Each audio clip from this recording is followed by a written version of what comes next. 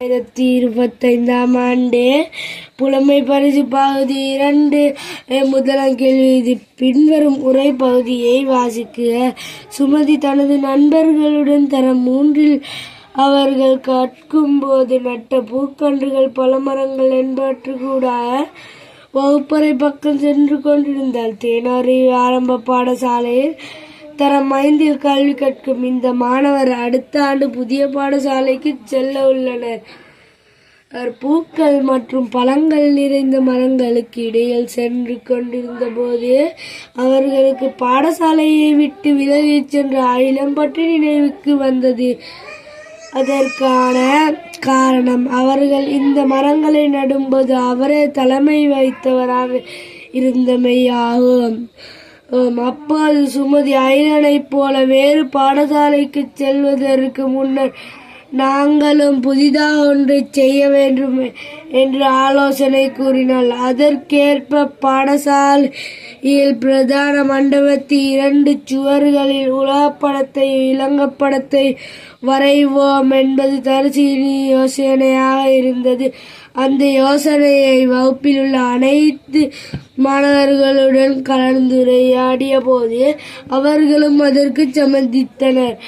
அது பற்றி மாணவர்கள் வகுப்பு ஆசிரியருக்கு தெரிவித்தனர்.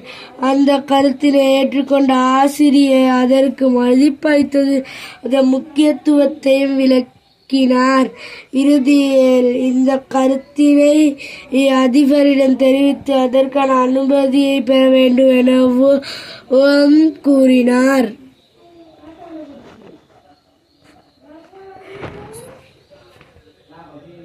சுமதி தனது நண்பர்களும் தரம் 3இல் கல்வி கற்கின்றார். நட்ட பூக்கன்றுகள் பழமரங்கள் தரம் 3இல் நட்ட பூக்கன்றுகள் பழமரங்கள் என்பதற்கு வகுப்பறை பக்கம் சென்று போது கொண்டிருந்தாள். கற்கும் பாடசாலை தேனாறு ஆரம்ப பாடசாலை தரம் 5இல் கல்வி கற்கும் இந்த மாணவர்கள் அடுத்த ஆண்டு புதிய பாடசாலைக்கு செல்ல உள்ளனர். சுமதி தனது நண்பர்களுடன் தரம் 3இல் கல்வி கற்கின்றார்.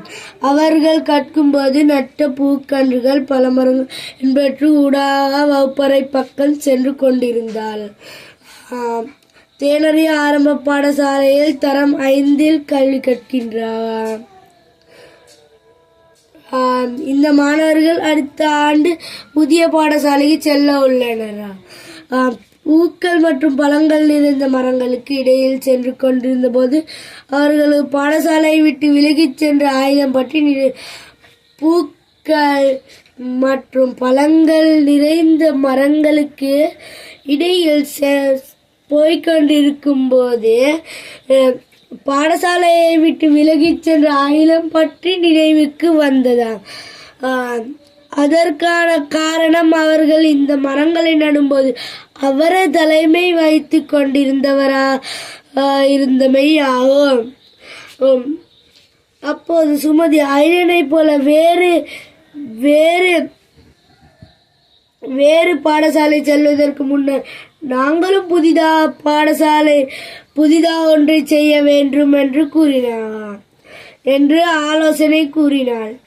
அதற்கேற்ப பாடசாலையின் பிரதான மண்டபத்தின் சுவர்களில் உலகப்படத்தையும் இலங்கப்படத்தையும் வரைவோம் என்பது தரிசினி கூறிய.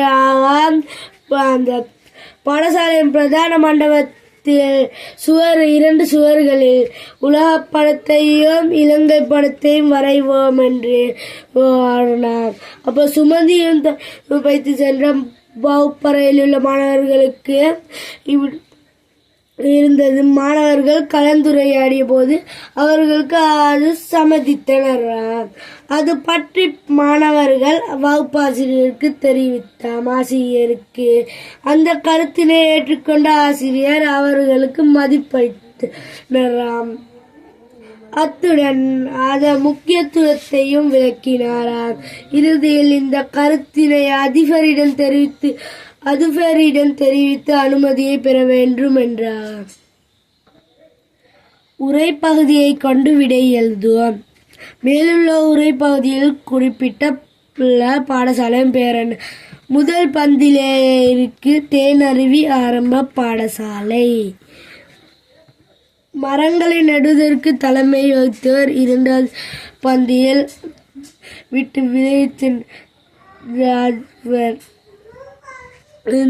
விளைச்சென்ற ஆயிலம் பற்றி நினைவுக்கு வந்தது. அதற்கான தலைமை மரங்கள் நடும்போது அவரே தலைமை வைத்தவர்.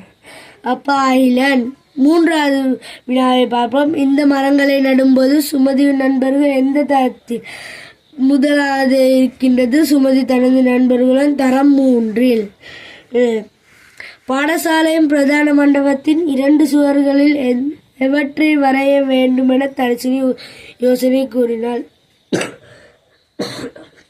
தர்சினி உலாப்படத்தையும் இலங்கை படத்தையும் வரைவோம் என்று தர்சினி யோசனை கூறினார்.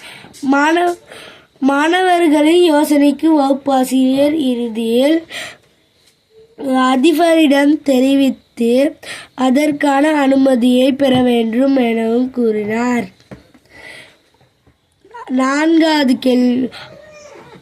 6வது கேள்வி பார்ப்போம். பழைய என்பதன் எதிர்கருத்து சொல் இப்பந்தியில் குறிப்பிட்டது. அடுத்த ஆண்டு புதிய பாடசாலை. புதிய.